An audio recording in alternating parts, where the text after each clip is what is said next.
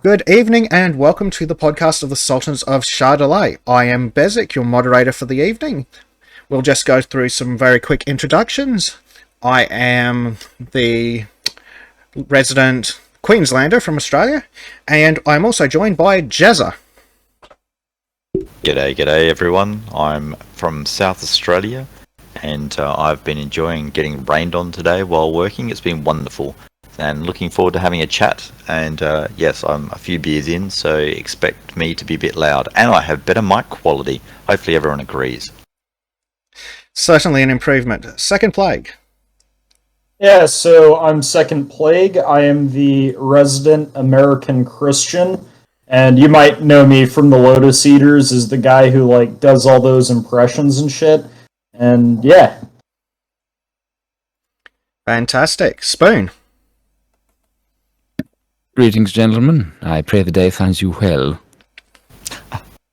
I am the posh boy with a fancy accent and pretentious mannerisms. Howdy.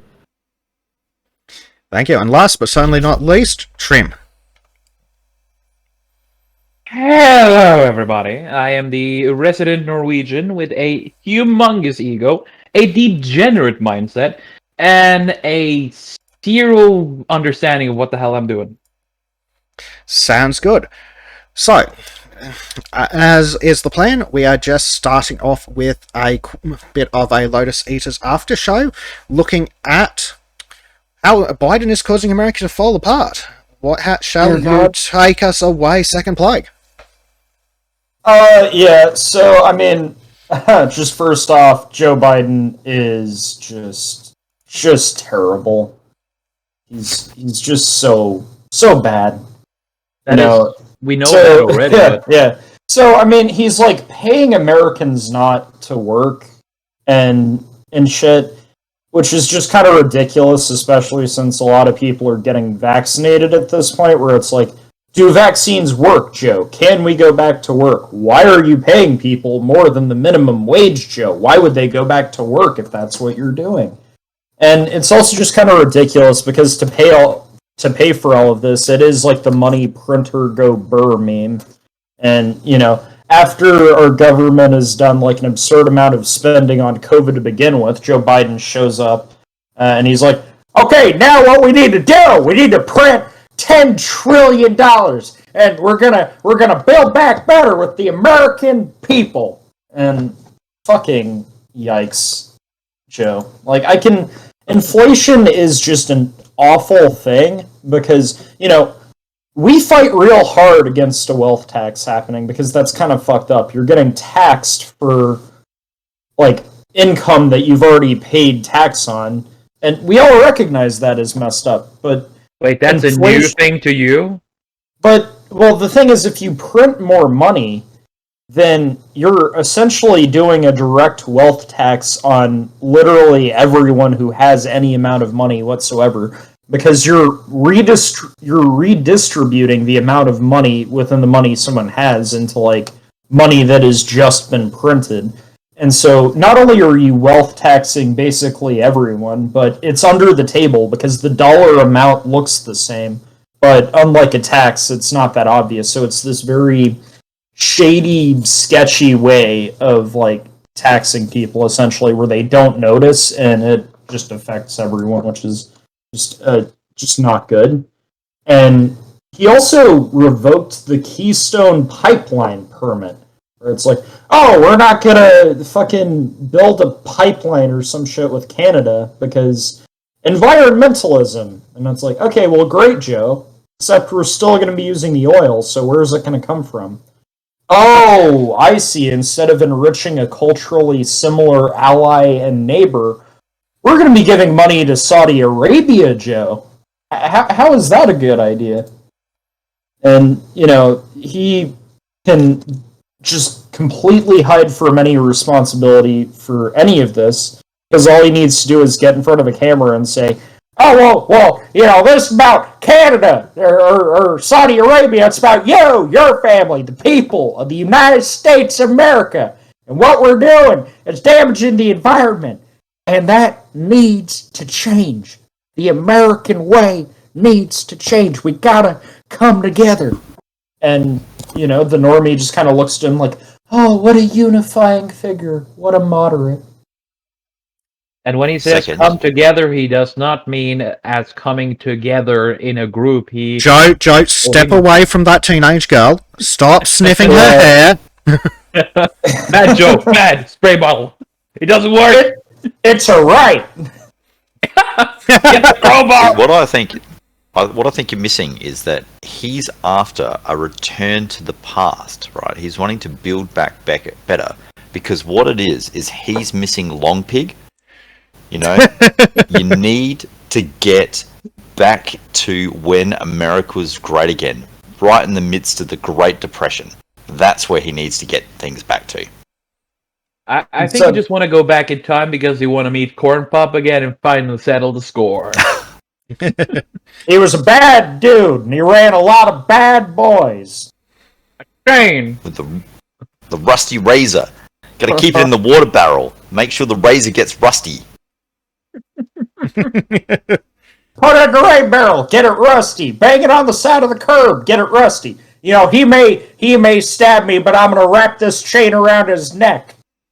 Joe. Yeah. It's a little spicy, Joe. What color was Good old Corn Pop really? I don't know. Yellow? Isn't that the color that corn pops are? Yeah. That's what I would have thought. Who knows? Just a figment of Joe's imagination, anyway. Maybe Corn Pop was Like the fact that he's Chinese actually president? man, he meant. Like a figment of his imagination like that? Because after all, it is the Biden-Harris administration. Well, The Harris-Biden administration. and it's also... ding dong. Well, Well, here's the other now- thing. Oh, sorry. Now that they've got the excuse of all the generals calling him doddering and old and insane and declining, might be an excellent time for him to step down and hand it over to Kamala Harris, the first female black president, who of course was voted for by literally nobody. Step I mean, down a that's few kinda- stairs, of course, and do what he always does in stairs: collapse and just. Well, that's the embarrassing Second. thing, too. I actually feel bad for women if the first female president is a diversity hire for vice president who then got the position of president because the sitting president keeled over. It would be like a diversity hire who then gets another position by default. That is so uninspiring. So just like in the CIA, Very true. Yes. Oh, you're talking about that? Oh my gosh. Well, I've got a question for you second, actually, because I can't remember. How long does Joe have to be the president for Kamala to then have the opportunity to have 2.5 terms or whatever it is? Does he have to be there for like until next year, or can that be replaced earlier? Again, I mean, he can, like, hypothetically vanish at any point. I'm not really sure of the exact details of how much a partial term counts, but he is going to make it halfway through unless he dies, because they need him to be a PR mask for the Democrats, at least through the midterm elections. And You know, when you were talking about like the other night about his eyes, I was looking at some of his press conferences, and you're right. Like his eyes, like are these little black pits when he's talking. They are seriously freaky. I don't understand how anybody can look at Joe Biden these days and go, "Oh, what a sympathetic-looking figure." They're just wrong. And his, like, sympathy voice just drips with condescension, when he's at a press conference, and it gets all low, and he's like, that is a problem, and we have to do better. We can do better. It's like, oh god, Joe, shut the fuck up. But There's one thing You to sort be of feel like. Sorry, Trim. Go, Trim. there's one thing though. Biden isn't charismatic at all, right? But I'm just gonna reference the first podcast when our dear second just described Kamala perfectly. A charismatic black hole. yeah. She Yes. makes Biden Yes. look like Trump in comparison, charisma-wise. Well, I mean, and here's the other annoying thing about Biden. whenever I confront certain people, like say my parents or one of my friends who might be listening to this podcast, they go, no, it doesn't matter how bad Joe Biden is. He's still much better than Trump, because what about the damage that Trump did in January? He weakened faith in the democracy, and he did all this stuff, and so now people can't trust elections. I'm like, yeah, but okay, even if we accept that, Joe's doing the exact same thing, right? So there's all the confusion around the 2020 election. People are very angry. They don't trust that. And so the Democrats' solution is, yeah, you know, all those things, mail-in voting, the votes not getting counted up until days after the election, you know, we're going to make all of that much more extreme. Yeah, no, we're going to make it so that the votes aren't really counted up until 14 days after the election. We're going to have universal mail-in ballots and like super early voting for everything ever. No photo ID, and it's just kind of like, if Trump is a bad, evil, orange, poopy man for weakening trust in democracy, then what Joe Biden and the Democrats are proposing to do is just going to exaggerate that. Yeah. Actually, I've got a question for you, mate, and for the rest of you guys, because I haven't talked to you about it. Have any of you ever watched Bahizzi's streams or videos, or have you even heard of him? Can you repeat the name real quick? Bahizzi. Can't say that I have. No, not familiar. Very interesting. Okay, if you get an opportunity, he's a young bloke from, I think he's in Colorado from memory, and he is he talks a lot about the election audits that are going on in various states, specifically the swing states in America. And his discussions have been very, very interesting. So he talks with a few other guys and gals who are talking about the election audits, as well as to various people who are involved directly with the audits as well. So he's been quite an interesting source of information that I've been enjoying. He's also got a great sense of humor and presentation style. And second, you'd enjoy him as well because he's also a Christian, and he loves his inappropriate jokes in a true Christian style as well. Well, how do you spell his name? Bahizzi. Yeah. It's Behizzy from memory. Behizzy. Yep, that's his channel, Bahizzi. Oh, sweet. Okay, yeah, I'll definitely check him out. I also want to give a quick shout out to a comment in the chat by Capstasher. The Democrats won. Oh no, the votes aren't going to be counted for like 2 weeks or some shit. And so Capstasher says 14 days to slow the spread of ballots. Oh, well done, Capstasher. That's good. Applause That's to awesome. that guy. Well done, Cap. And if it goes the same as that, it's going to like immediately turn into like 500 days to slow the spread of the ballots. We might count them all eventually. Exactly. It's in the end, all you have to remember is that the elections are being fortified. Got to make sure that the selection occurs. Yes, Of course, the it is correct a result is democracy. received.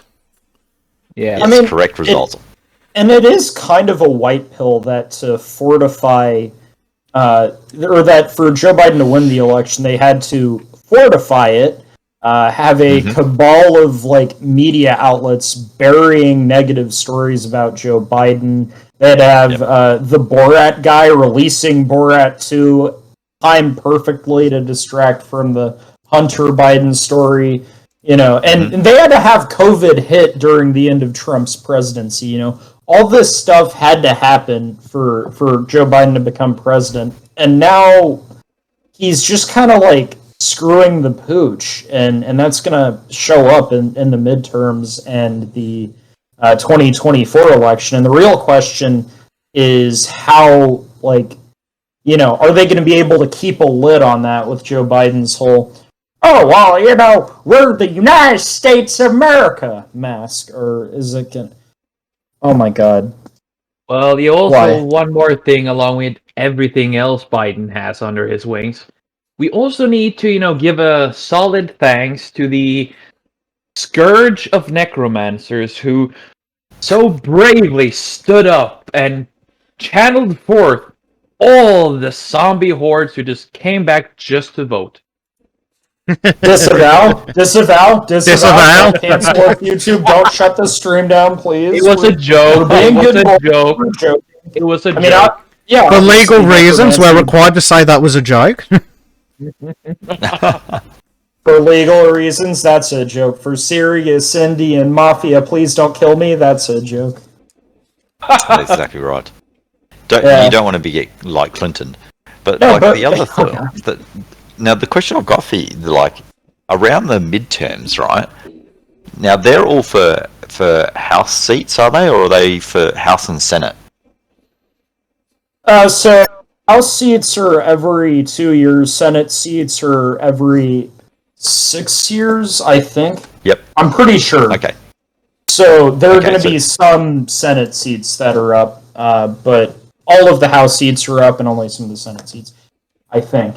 Yeah. Oh, interesting. Because I would be curious, because it seems that with the House seats, there was a lot more scrutiny around the House seats in the 2020 election. Because there was a lot of recounts, like actual recounts of House seats and that sort of thing. It seems that almost that at that point there's less opportunity to fortify them than there is with the presidential election, which is amusing in a lot of ways, because frankly the House seats are more important than the presidential election anyway.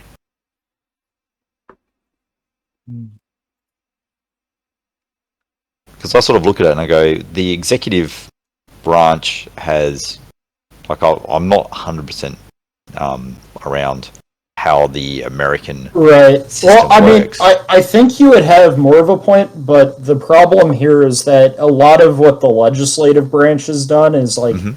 so they want to get elected, but they don't want to shoulder the responsibility for making unpopular decisions or for making mistakes. So our legislative branch has been ceding a lot of powers to the executive branch in a way that would make the founding fathers turn in their graves. They've been giving the executive branch more power, and then the president makes Yep. the same decision as Congress and goes, I don't want to be held accountable for that, so I'm going to delegate that to a bunch of unelected bureaucrats and stuff like that. And that's how you end up with Dr. Fauci.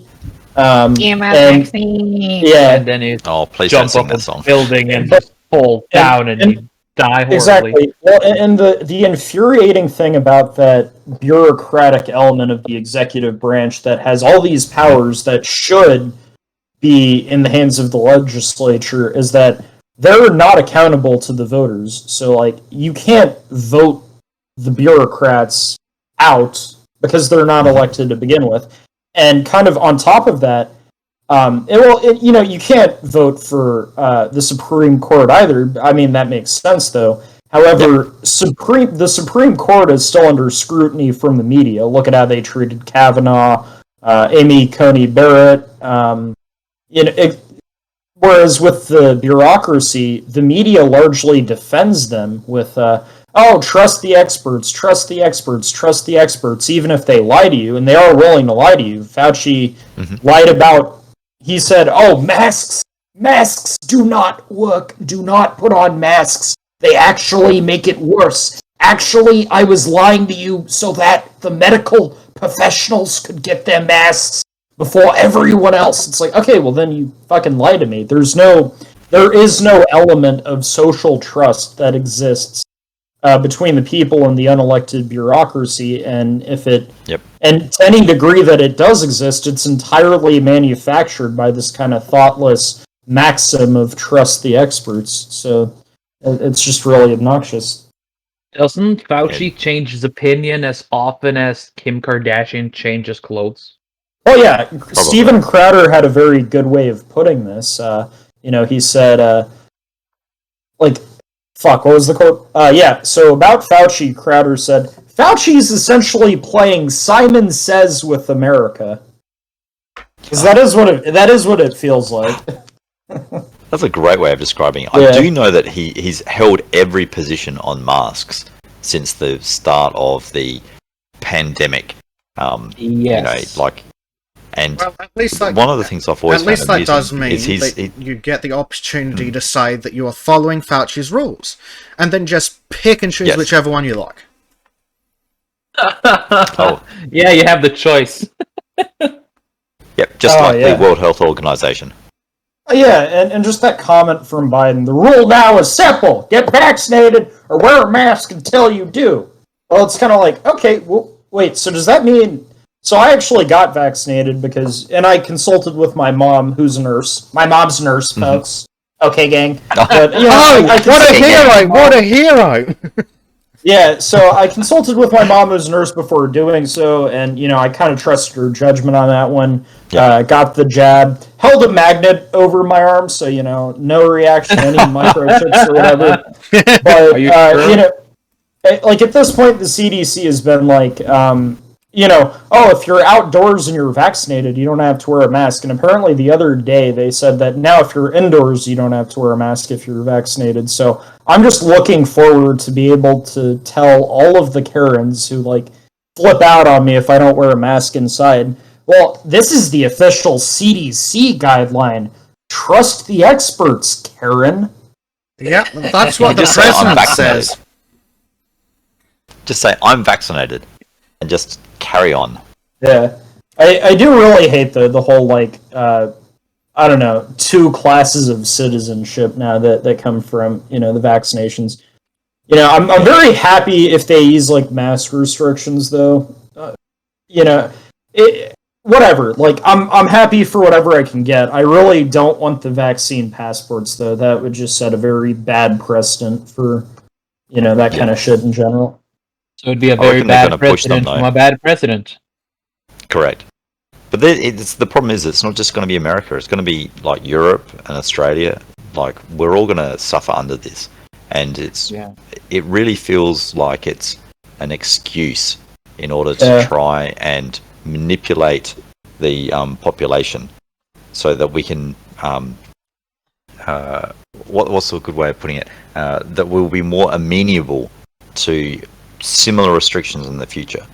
Oh yeah, it's this social planning nonsense. Well, they're not even subtle about it. Yes, the other day, they're not. Jezza, I looked up the Queensland government health statistics and YouTube. This is from the government, so it's true. You can't do anything about it. Yes, Jezza, do you know how many people died from COVID in Queensland between March 2020 and, yesterday? Or maybe 50, 60? Is it more than that? No, try 7. Oh, 7. Oh, you see, I was giving them the benefit of the doubt that maybe there was a tiny, tiny portion rather than a tiny, tiny, tiny, tiny portion of the population that actually died. Yeah, and would you like to guess? Australia, it's insane how restrictive we've been in Australia, considering how few deaths that we've had and how few would you sick like to take people a we've guess how many cases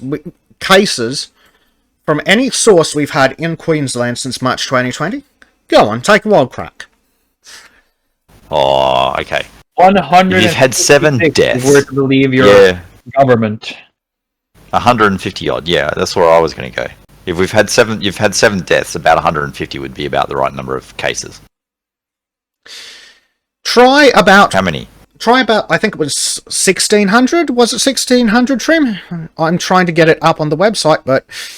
Yes, I do believe it was around that, and to be honest, the way the Australian 1,600 government is reacting, it makes it seem like it's not just 1,600, it's fucking 1,600,000, a million. Yeah. More COVID deaths in Australia. How vibrant! I know, it's bizarre. Because one of the things I was listening to the other day was someone was talking about the statistics of what's happening over in India. Is it India? Yeah, India.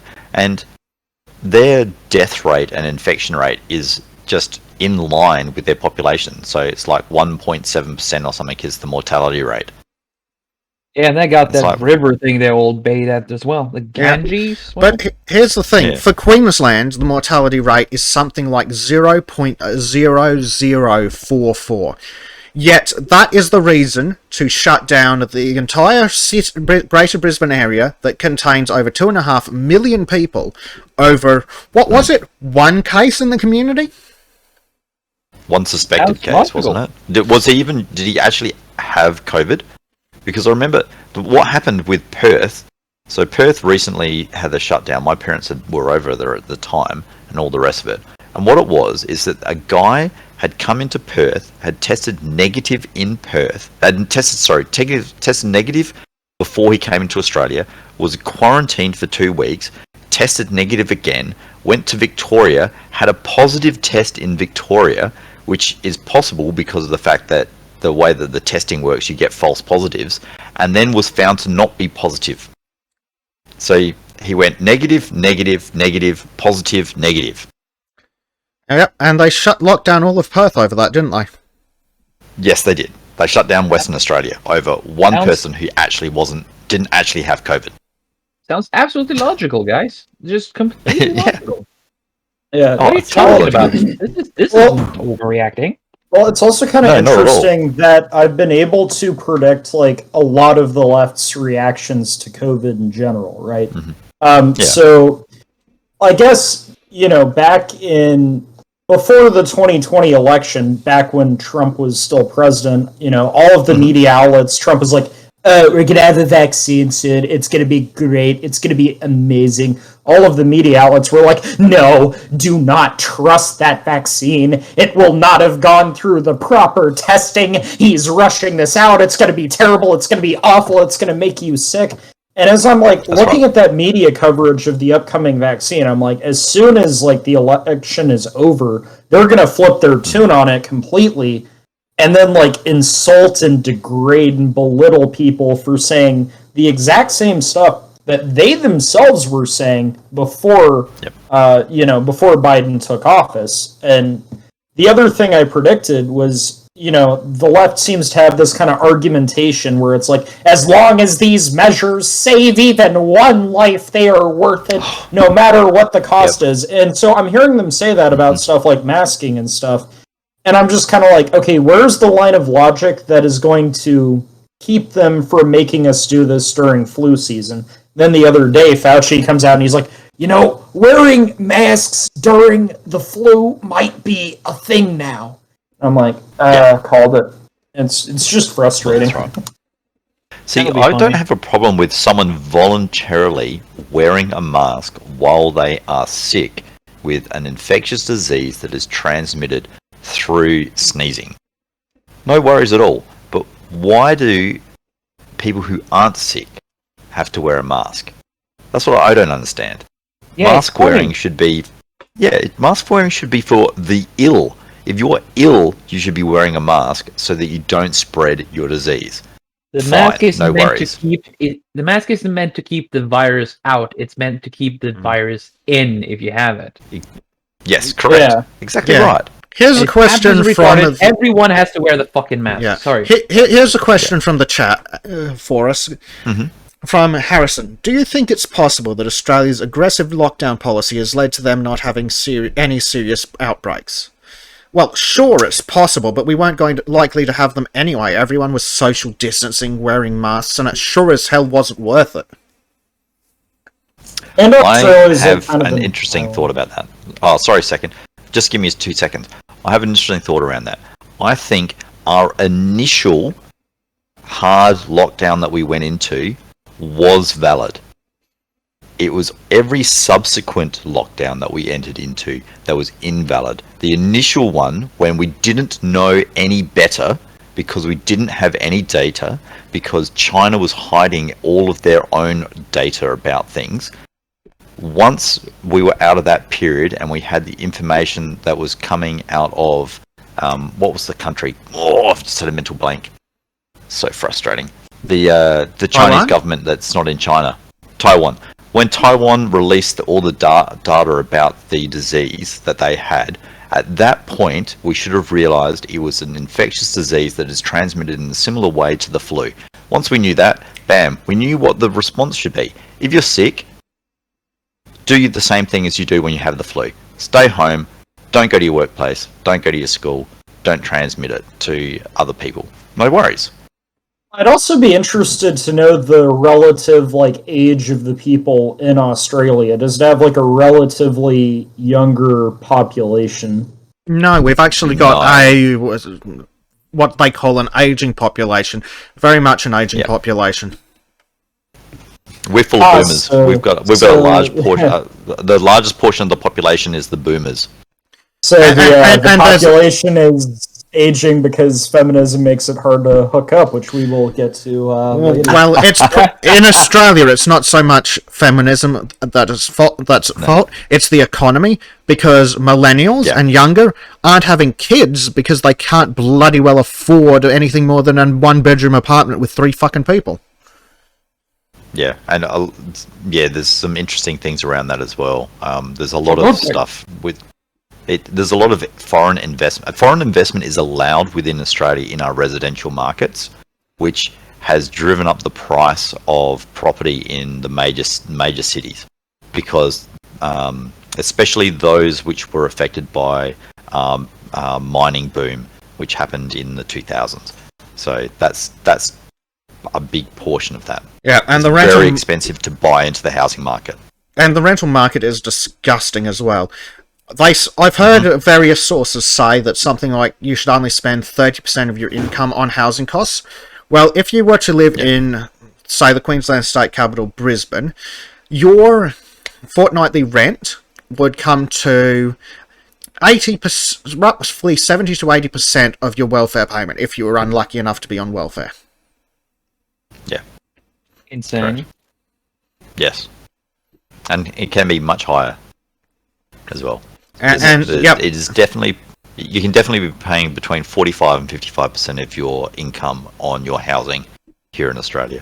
And if you're on minimum wage, you're almost certainly paying 45 to 50% of your income, which leaves no money for luxuries like, driving, holidays, kids.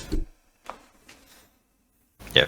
Like a single, I think that sort of a single person average weekly income is somewhere around $650, I think, a week, and I think the average cost of housing is about $360. It's pretty expensive. Yeah, and it's phenomenally expensive, and especially when you get, and I'm going to rant for a bit on the welfare system and how fucked it is. Go for it. $610 a fortnight is the welfare you get if you're a single, unemployed person with no kids. Right, so what can you do with that $610 a fucking fortnight? Well, $400 a fortnight, bang, rent. Right, so what do you do with the other $200? Phone bill, internet, which you have to have because you can't go without the internet because you've got it. The government forces you to look for work because you can't not be doing your part. And so then you've got water, electricity, luxuries like food. God help you if you want to do something more than live off rice and friggin' water.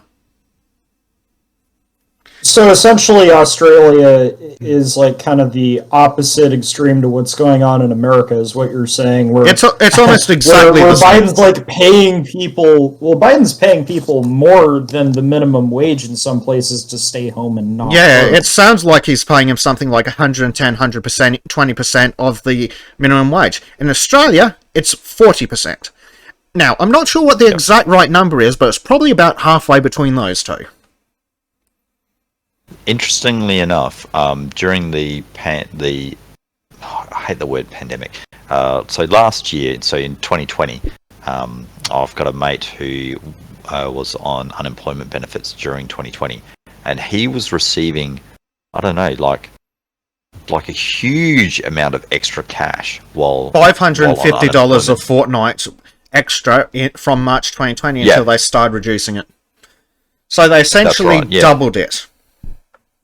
Yeah, and it was interesting talking to him. So this mate of mine who was on unemployment at the time, he's a communist. absolutely a communist. Like, he'll say that he's a communist without any problems, and he's like, the thing which is funny about it is he's a communist who is a proper communist in the sense that he is an authoritarian leftist, and he will agree with that. He fully endorses the entire concept of authoritarian leftism, and I don't have a problem with that because he's honest. He's honest about it. Yeah, he I can says actually what it is. respect that. I can actually respect that.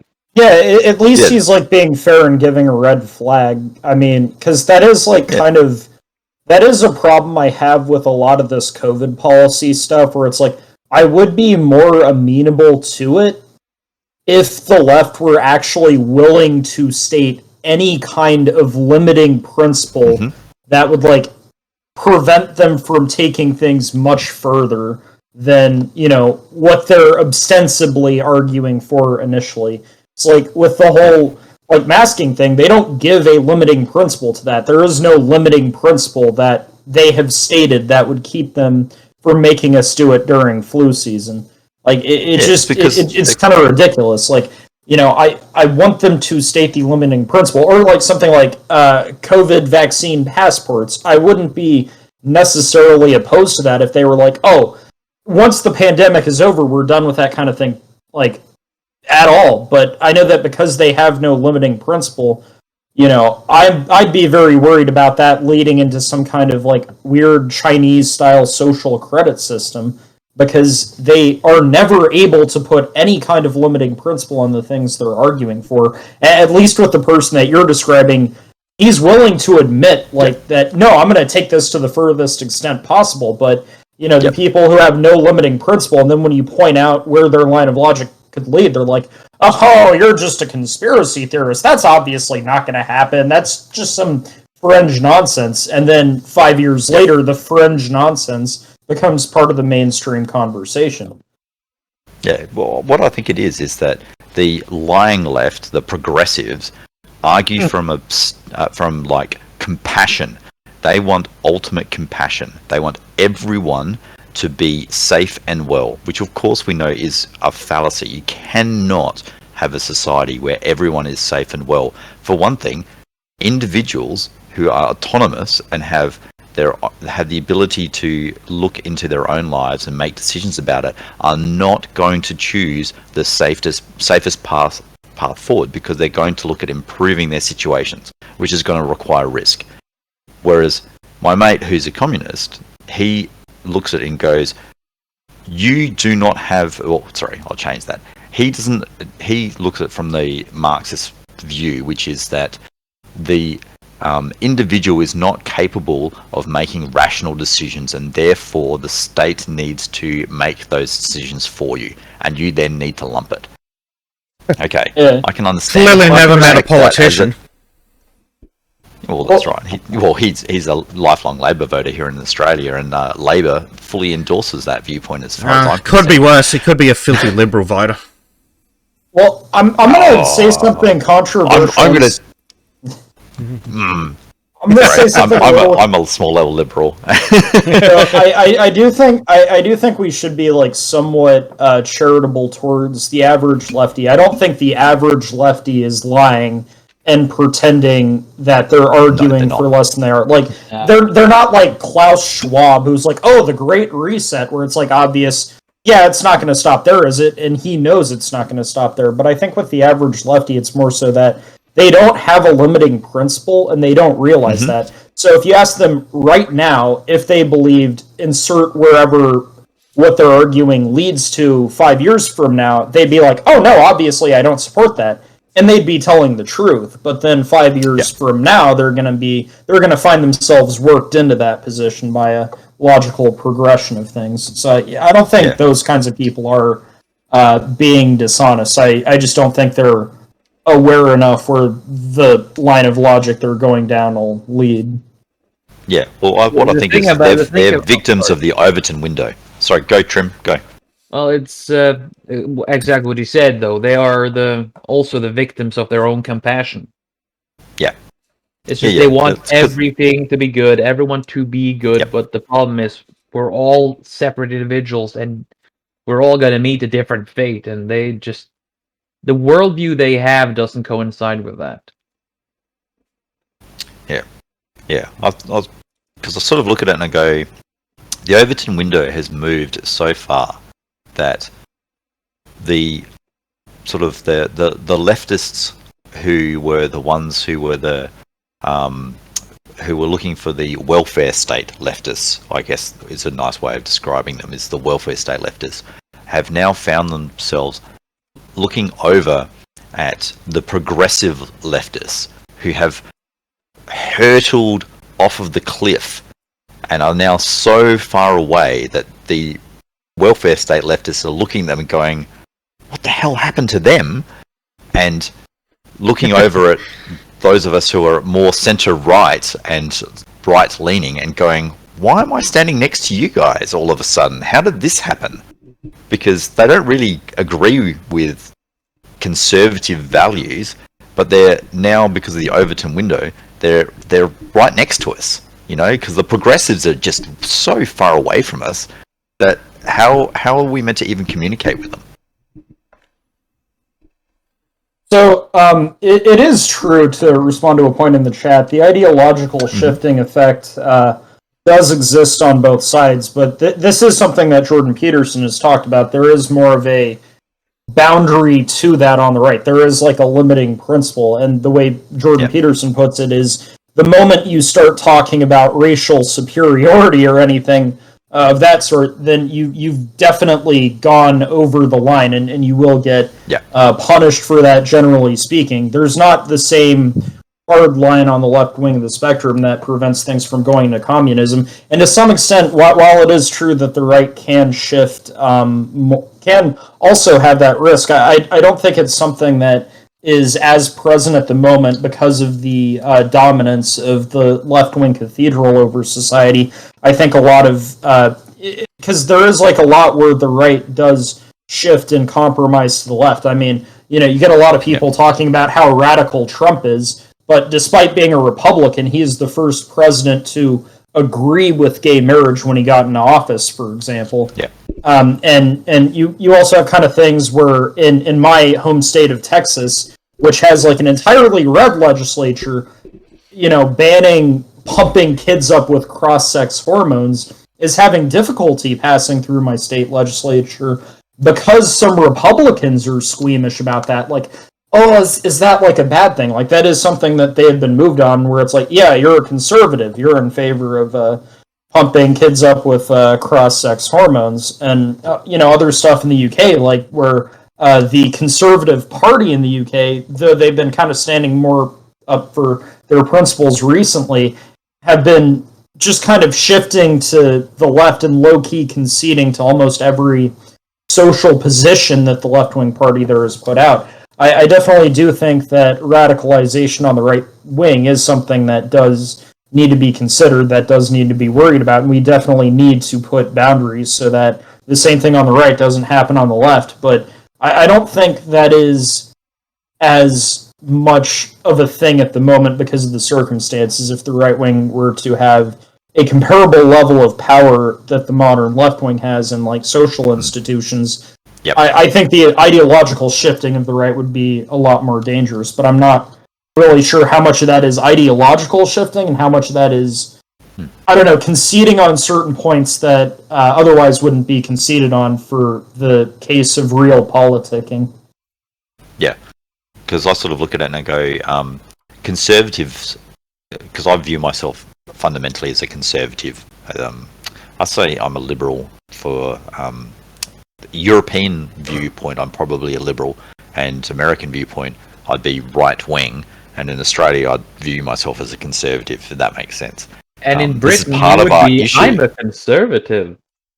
Yeah. Right. Well, in America, liberalism is the conservative position. Funny enough.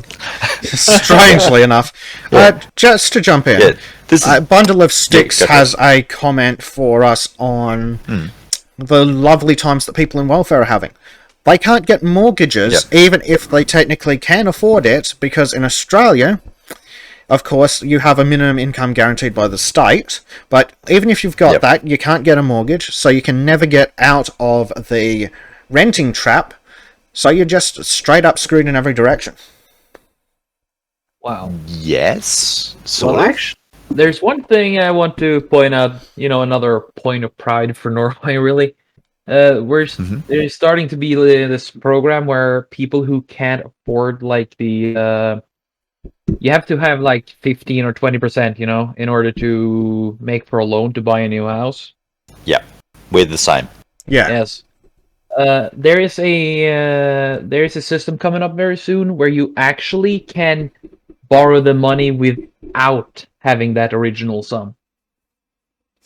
Yeah, see, that's interesting. I used to be a loan officer here in South Australia, and that was during the period when I could have done the same thing. I could have loaned money to people who didn't have a deposit and that sort of thing. I never did it, but I had the possibility of doing so.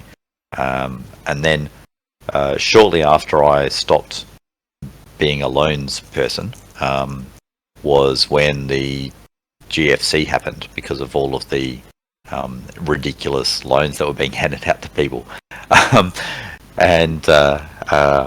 I was pleased that I never put anyone in a position personally where they were going to be screwed because of the changes of their fortunes with regards to the value of their properties.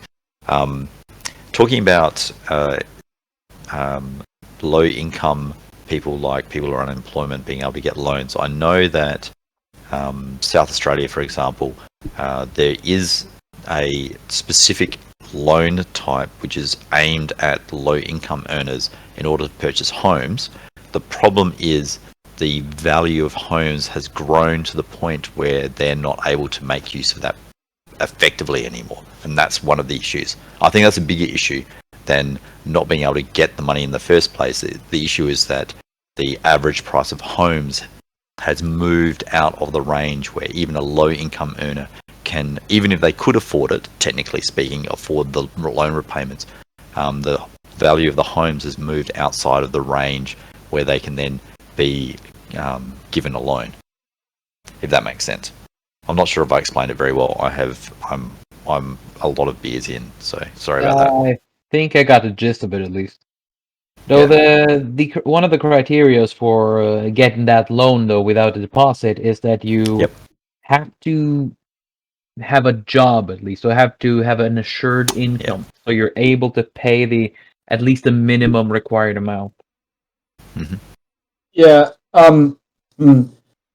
So in the chat, there is an interesting point about fomite transmission not really being that much of a thing, because I do remember that was something that we panicked about in the US a lot more at first. I remember when I was like at work, we would have to like wipe down every kind of surface whenever we changed our physical positions. Oh, yep. When those were joy. Yeah, and I also remember there being kind of like headlines about how COVID's going to stay online or stay on cardboard for like a week or something, and you have to be like really afraid of boxes that get delivered to your house. So it is a definite white pill. I think that fomite transmission is not a particularly common thing, because that is something we were a lot more worried about at first. And I do think Kekistani makes an interesting point about trusting the CDC. Now, I got vaccinated. Again, my mom's a nurse, gang.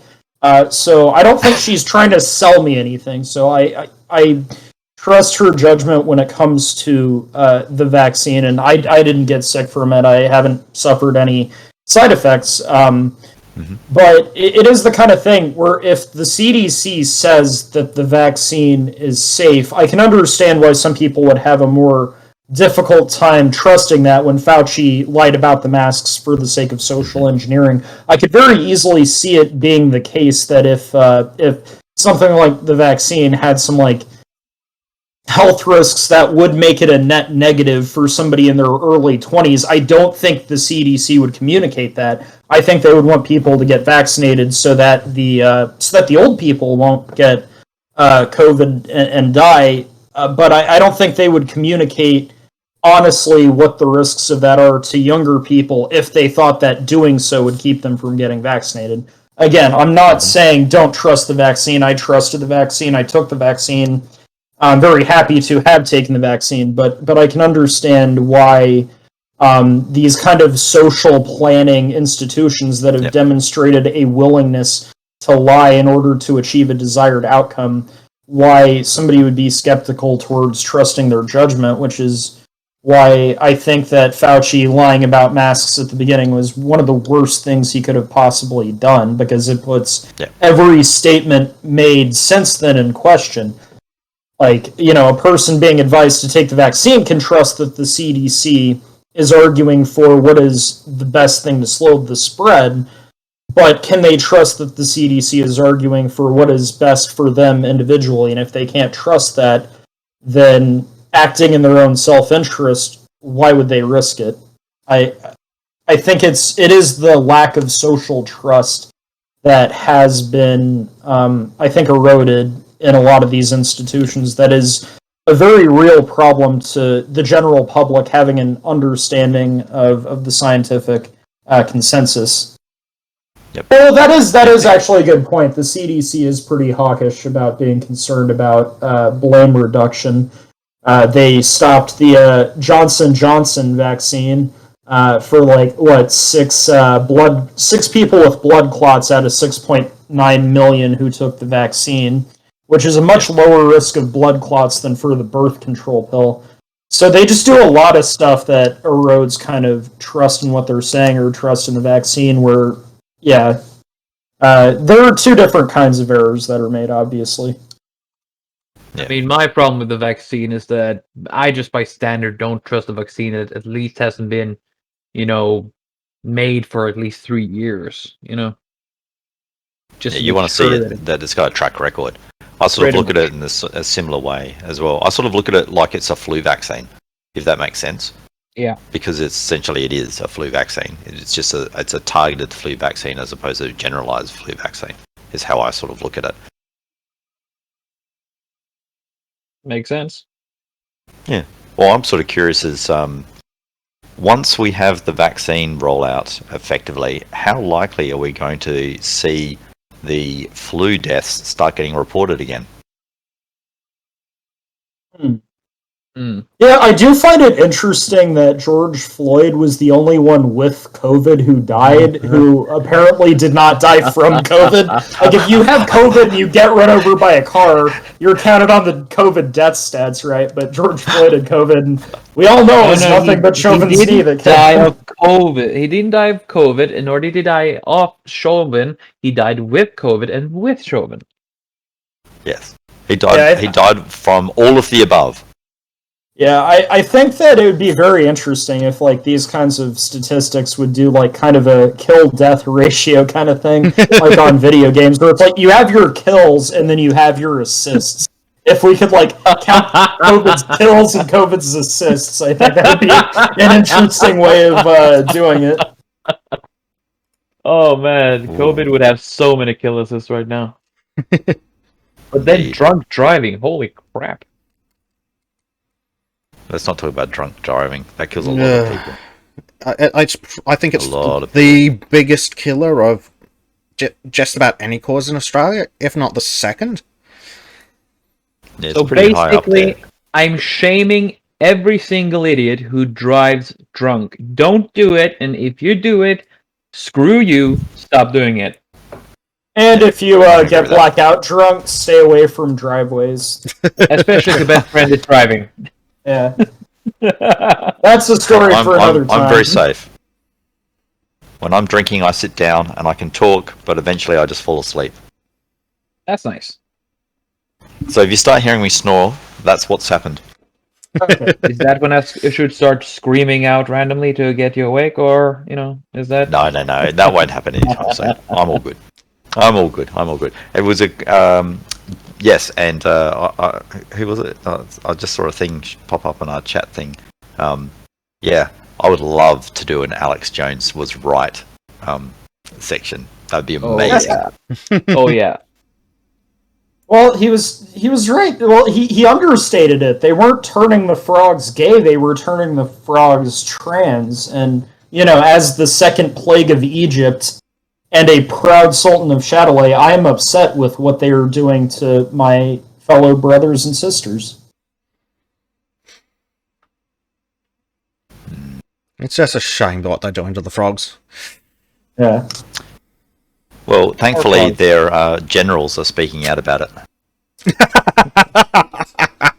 Also, Kegistani, driving drunk is exciting though? No, it's not. Shame on you. Yes, shame on you.